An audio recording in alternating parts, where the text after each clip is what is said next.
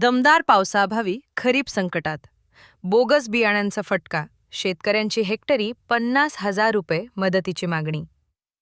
बिलोली तालुक्यात अनेक भागांमध्ये यंदाच्या खरीप हंगामावर दुहेरी संकट ओढवले आहे. सुरुवातीला झालेल्या पेरणीनंतर काही शेतकरी निकृष्ट व कथित बोगस बियाण्यांचे बळी ठरले, तर त्यानंतर दमदार पाऊस न झाल्याने उगवलेली पिके करपण्याच्या मार्गावर आहेत.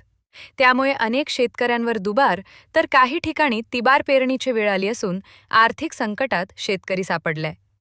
शेतकऱ्यांनी मोठ्या आशेनं पेरणी केली, मात्र पावसानं साथ न दिल्याने पिकांना आवश्यक ओलावा मिळाला नाही.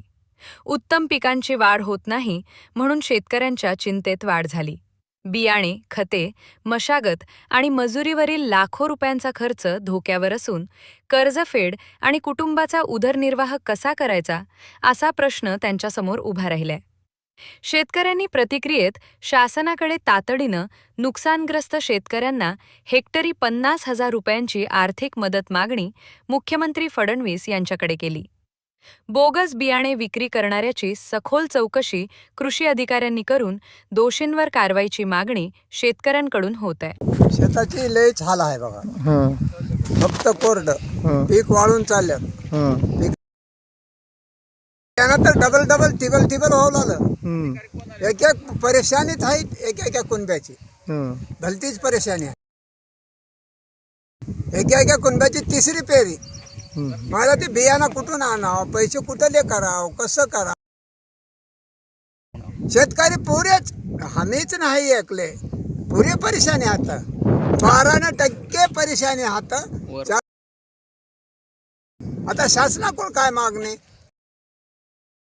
आता द्यायला गेलं तर काय करू. आता फाशी घेऊन मरायचंच होय, नाही तर इंड्रेल प्यायचं होय. माझं एकाच म्हणून नाही, एकाच 3 पेरण्या होता. मग आता त्याला पाणी नाही, बोर नाही, कसं करतील. एखाद्याला बोर आहे त्याला बरोबर आहे, बोरच नाही तर त्यांना काय फाशी नाही गेलं तर तिथून इंड्रेल आणून पिऊन टाकावं. बरोबर. सरकारला एकरला 50,000 द्या म्हणा. त्या फंडिसला सांगा.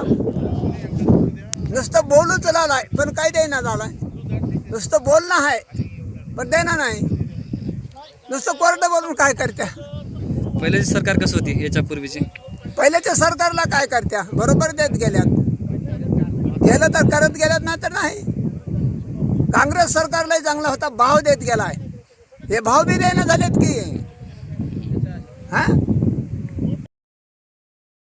केल्या सुकून चालली.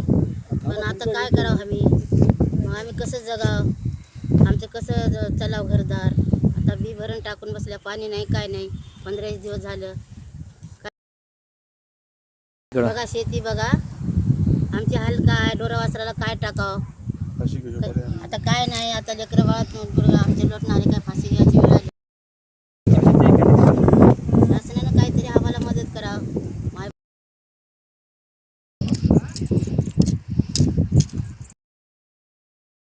आणि पाणी नसतं डबल पहिली पेरणी झाली, त्याच्यानंतर डबल पेरणी व्हायची. चक्करमध्ये असं पेरणी झाली. हे बी आता पाणी पडत राहणार आहे, नाही तर अजून दुसरी पेरणी करावं लागेल, तिसरी. आणि काही पर्याय नाही. लोक सगळे परेशान आहेत शेतकरी.